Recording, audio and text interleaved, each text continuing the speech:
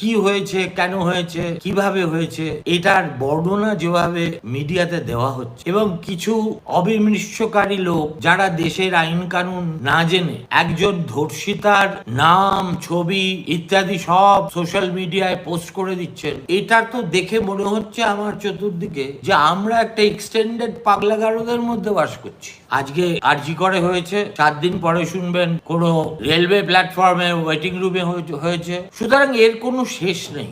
এ রাজ্যে মিডিয়ার চেহারাটা কিরকম নাম বলতে পারবে না বলে তারা তাদের প্রাক্তন প্রেমিকার নাম কল্পনা করে একটি লাঞ্ছিতা, ধর্ষিতা, মৃতা মেয়েকে বলছে তিলোত্তম। কেউ নাম দিয়েছে অভয়া, যেন শরৎচন্দ্রের কোনো নারী চরিত্র। আবার আরেকজনকে দেখলাম একেবারে গদগদ গলায় মুখ্যমন্ত্রীকে একটার পর একটা লোপ্পা বল দিয়ে গেলেন টেলিফোনে, যাতে তিনি প্রতিটা বল মাঠের বাইরে করে দেওয়ার সুযোগ পান। এই হলো মিডিয়ার চরিত্র।